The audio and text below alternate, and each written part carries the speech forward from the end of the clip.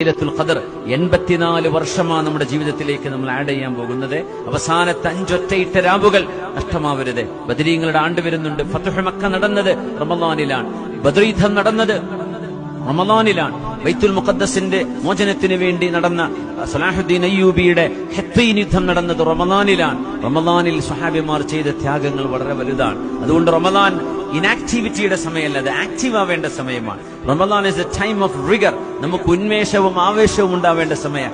വിശന്നുകൊണ്ട് തളരേണ്ട കാര്യമില്ല. നമ്മുടെ വിശപ്പ്, നമ്മുടെ ഭക്ഷണ നിയന്ത്രണം കൃത്യമാണെങ്കിൽ മനസ്സുകൊണ്ട് മഹ്ബൂബിന് വേണ്ടിയാണ് ഞാനിത് ചെയ്യുന്നത്, അല്ലേ? കാമുകൻ പറയാൻ നീ നിന്ന് ഭക്ഷണം കഴിക്കണ്ടെന്ന് പറഞ്ഞാൽ ഭക്ഷണം കഴിക്കാത്ത പെൺകുട്ടികളാണ്, അല്ലെങ്കിൽ ആൺകുട്ടികളാണ്. കാമുകന് വേണ്ടി ഇവിടെ വെയിറ്റ് ചെയ്യണമെന്ന് പറഞ്ഞാൽ ഉറക്കൊഴിച്ചിട്ട് വെയിറ്റ് ചെയ്യുന്ന കാലമാണ്. നമ്മുടെ മഹ്ബൂബ് അല്ലാഹു അല്ലേ? പടച്ചതമ്പുരാൻ പറഞ്ഞത് സ്നേഹത്തോടെ നമ്മൾ ഏറ്റെടുത്ത് നോമ്പ് നോക്കി നാട്ടുകാർക്ക് വേണ്ടിയുള്ളതാവല്ലേ? അസ്സൗമുലി, നിങ്ങൾ നോമ്പ് മുറിച്ചാൽ അത് ആർക്കും അറിയില്ല അല്ലാഹുവിനല്ലാതെ. അതുകൊണ്ട് നോമ്പ് എനിക്കാണ്, ഞാനാണ് ഇതിന് പ്രതിഫലം നൽകുന്നത് എന്ന് പറയുമ്പോഴും ലഅല്ലക്കും തത്തഖൂൻ, നിങ്ങളുടെ മനസ്സിനുള്ളിൽ നിന്ന് അള്ളാഹുവിനേക്കുള്ളൊരു അടുപ്പം മാത്രമേ അള്ളാഹു ലക്ഷ്യമാക്കുന്നുള്ളൂ. നിങ്ങളെ വിശപ്പെട്ട് ദാഹിപ്പിച്ച അള്ളാഹുവിനൊന്നും വേണ്ട, അള്ളാഹുവിന് അതൊന്നും ആവശ്യമില്ലെന്ന് വിശുദ്ധ ഖുർആൻ തന്നെ പറഞ്ഞു. നിങ്ങൾ യുരീദുല്ലാഹു ബിക്കുമുൽ യുസ്ർ, നിങ്ങൾ സന്തോഷത്തോടെ സ്വർഗത്തിലേക്ക് പോകാൻ അള്ളാഹു ആഗ്രഹിക്കുന്നത്.